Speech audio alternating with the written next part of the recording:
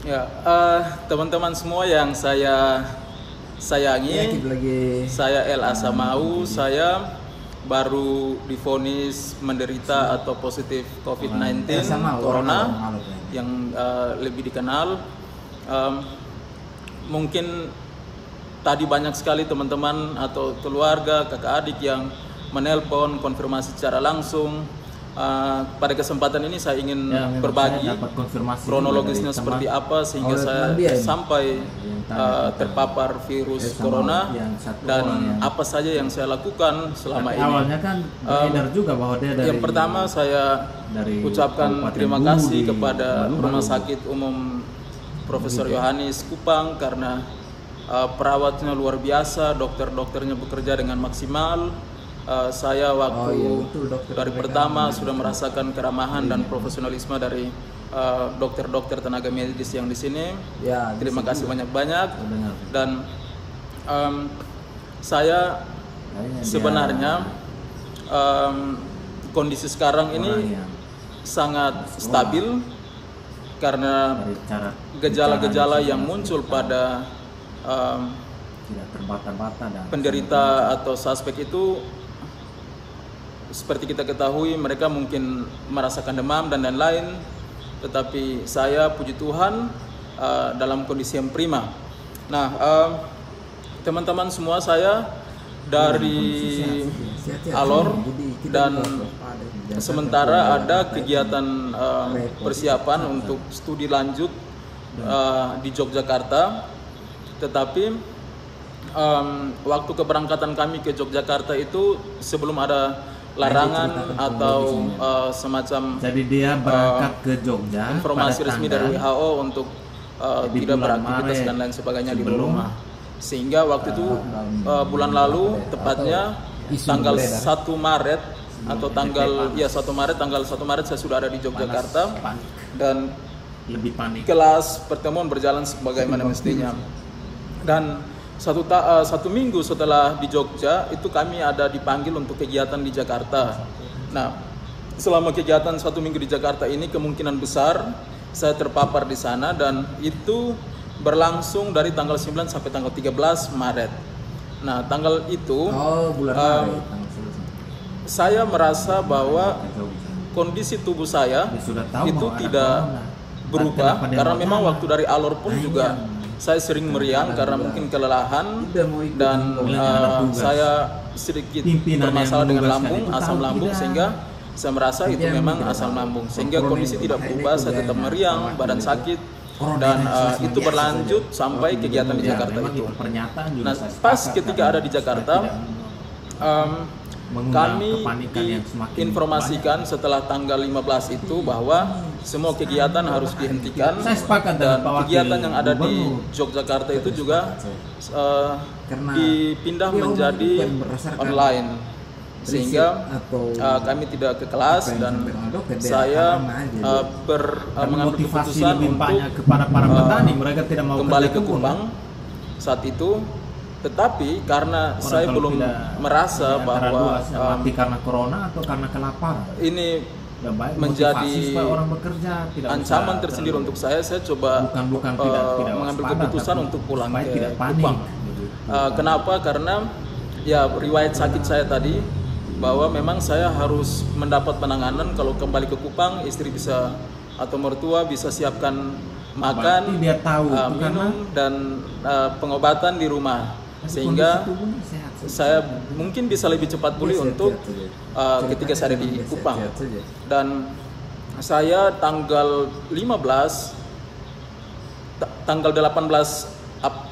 Maret sebelum ke Kupang itu saya singgah di Bali karena ada bertemu saudara, sudah lama sekali tidak ketemu. Mereka menjadi kakak saya yang saya harus ketemu saat itu. Dan waktu itu belum ada tanda-tanda sama sekali bahwa saya terpapar. Itu tanggal 18. Dan tanggal 22 saya ke Kupang. Tanggal 22 saya ke Kupang dan kondisi tidak ada sama sekali merasa hal-hal yang aneh terhadap diri saya, meriang-meriang masih sama. Sehingga setibanya di Kupang. Oh iya, selama dari Jakarta itu saya menjaga diri betul-betul. Saya tidak bersalaman dengan orang. Saya cuma pakai siku kalau terpaksa. Saya jaga jarak. Saya pakai masker, bawa hand sanitizer, dan juga saya cuci tangan. Saya menjaga untuk tidak meraba mulut, mata, dan lain sebagainya. Dan ketika sampai di Kupang, itu saya isolasi diri di dalam kamar sejak tanggal 22 hari Minggu. Itu saya di dalam rumah, pakai masker juga tidak keluar-keluar. Jadi di rumah, tetapi di kamar, saya kamar dipisah, makan minum saya tersendiri, tidak ada yang masuk ke kamar. Lalu saya coba untuk mengerjakan beberapa hal yang saya senangi, mendengar musik, membaca. Sempat juga menulis buku dan sampai selesai karena saking lamanya saya di kamar. Dan saya tidak merasakan hal-hal aneh yang terjadi dalam diri saya, sehingga saya coba isolasi diri dulu. Tetapi pada saat sekitar tanggal 26-25 itu saya mendengar bahwa satu teman kami yang di Jakarta kegiatan itu PDP dan dia positif, sehingga itu mendorong saya untuk segera ke rumah sakit dan periksa. Jadi saat itu tanggal 27 Maret saya langsung ke rumah sakit umum. Di sana sudah ada posko Satgas di sana. Saya diambil darah dan juga diambil saya swab dan saya diperbolehkan pulang, dikasih obat. Mereka janjikan dari tanggal 27 itu tanggal 4 hari Sabtu kemarin itu harusnya hasil sudah ada, 1 minggu di telepon. Tetapi selama saya tunggu, saya di dalam masa isolasi itu saya tidak keluar-keluar, tetapi kok lama sekali hasilnya belum keluar. Padahal itu sudah dari tanggal 27 dan tidak keluar-keluar. Saya tunggu sampai tadi tanggal 9, dari tanggal 27 sampai tanggal 9 baru saya dikasih informasi bahwa saya positif.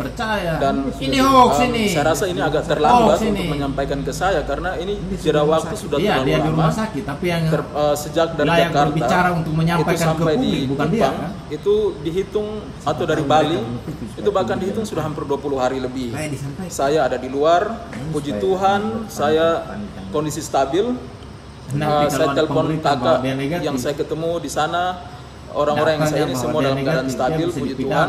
Dan kembali lagi saya menunggu ini seperti lama sekali.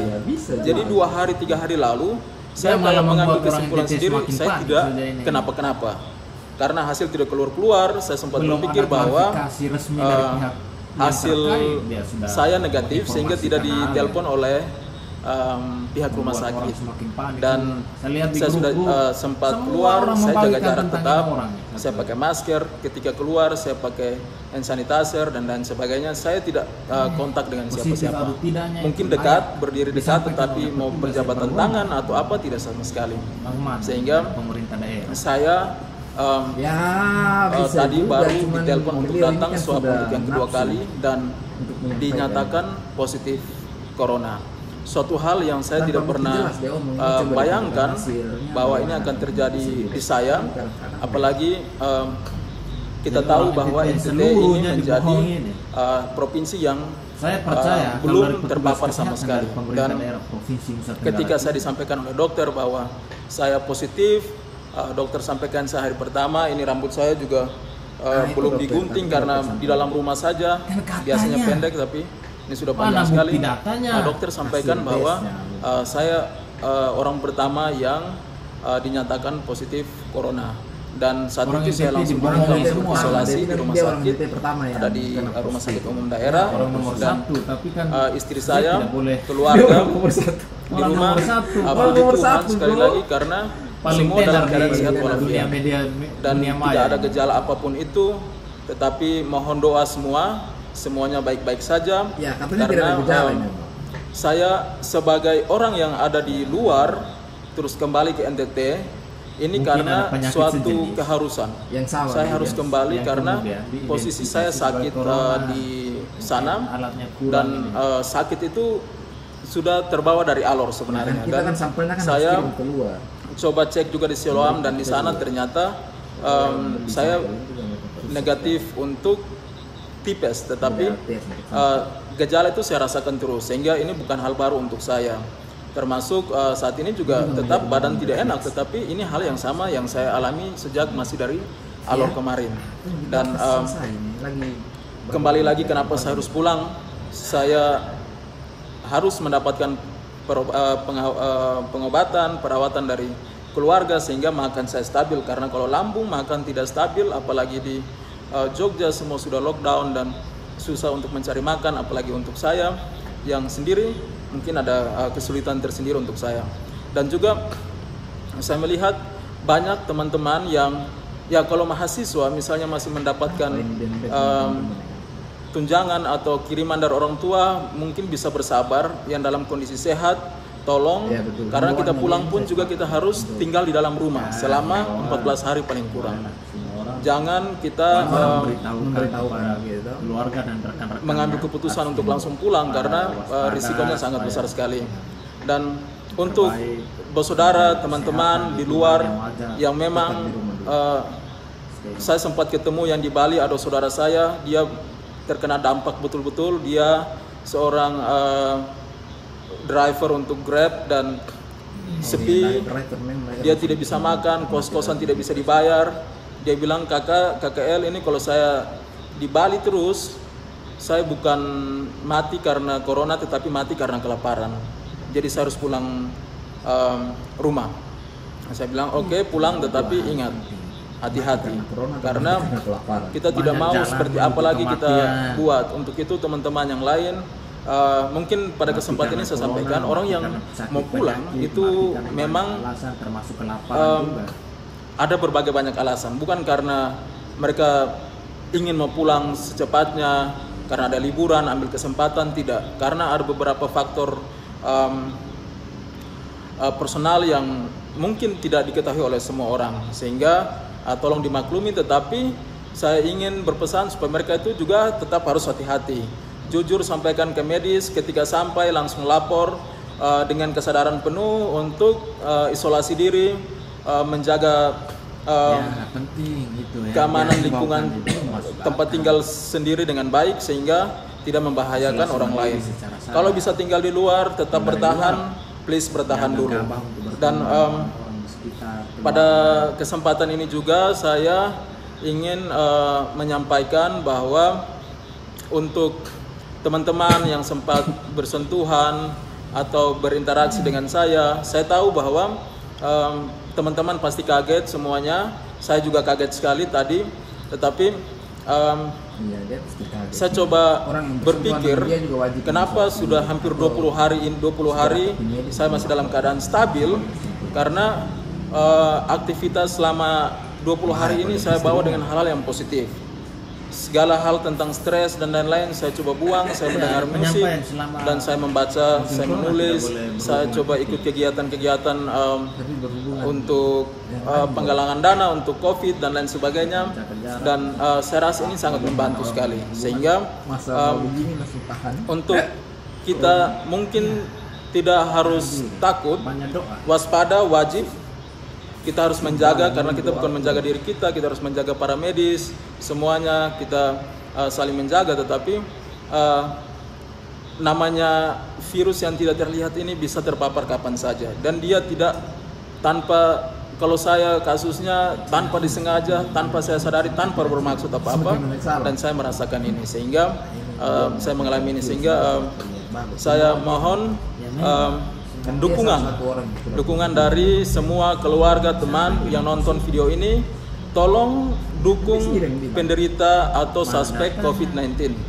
Karena apa? Dukungan itu penting sekali. Jangan sekedar telepon, tanya sakit apa, rasa apa. Karena teman-teman para medis ini sudah cukup baik, mereka sudah terlatih untuk menangani para pasien. Sehingga ketika teman-teman mau menunjukkan simpati atau rasa sayang, saya tahu banyak sekali di luar yang menyayangi saya, keluarga kami, dan akan memberikan simpati. Tetapi saya punya request. Yang pertama, jangan tanya kondisi saya, karena sekarang teman-teman lihat saya sehat-sehat saja, rasa meriang, tapi ini sudah dari alor. Waktu 2 bulan yang lalu, ini masih terbawa terus. Saya sehat-sehat saja. Tolong jangan tanya bagaimana kondisi, karena saya baik-baik saja. Tetapi saya minta kalau mau kontak saya, kalau telepon mungkin saya tidak angkat karena saya harus istirahat, tetapi berikan kata-kata yang memotivasi saya. Setidaknya kalau saya bisa request hal-hal apa yang menjadi kesan positif yang baik dari saya selama ini untuk teman-teman, kenalan semua, sehingga saya termotivasi untuk bisa sembuh dengan imun yang baik, dengan makan yang baik, saya bisa pulih dan ini bisa menjadi pertimbangan untuk yang lain juga. Untuk itu teman-teman, terima kasih sudah banyak yang telepon. Saya tidak tahu harusnya dirahasiakan, tetapi